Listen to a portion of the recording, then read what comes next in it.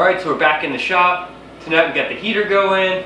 And as I sat down, I realized that I've got this chef's knife sitting next to me, so I figure I might as well pull it out and show it to you guys. Later in the video, I'll show you a couple shots of this knife. I didn't actually do a video on this, but I did forge this out of a small piece of 1095 steel. It's got the curly koa handles from Hawaii. It's got a nice, cool quench line on it. This is going to be a really neat project to keep you guys updated on.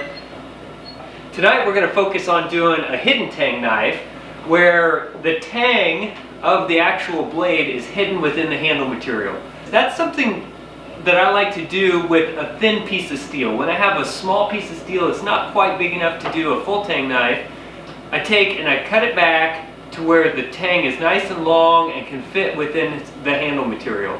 I'll go ahead and machine a guard for this one. So I'll jump on the milling machine over here and mill a slot tonight.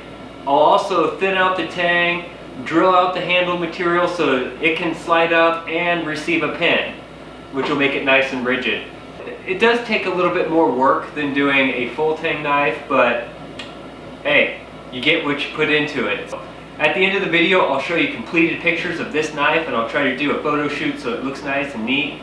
And we'll see how it comes out. I haven't drawn this up. I don't have any pictures. I don't have any real firm plans on what I'm going to do. So I'm just going to walk over to the grinder. I'm going to profile it, grind it up, heat treat it. After that, I will clean it up, and then I'll step over to the toolbox with the wood, and we'll pick out a nice handle material for it and make a knife. Here we go.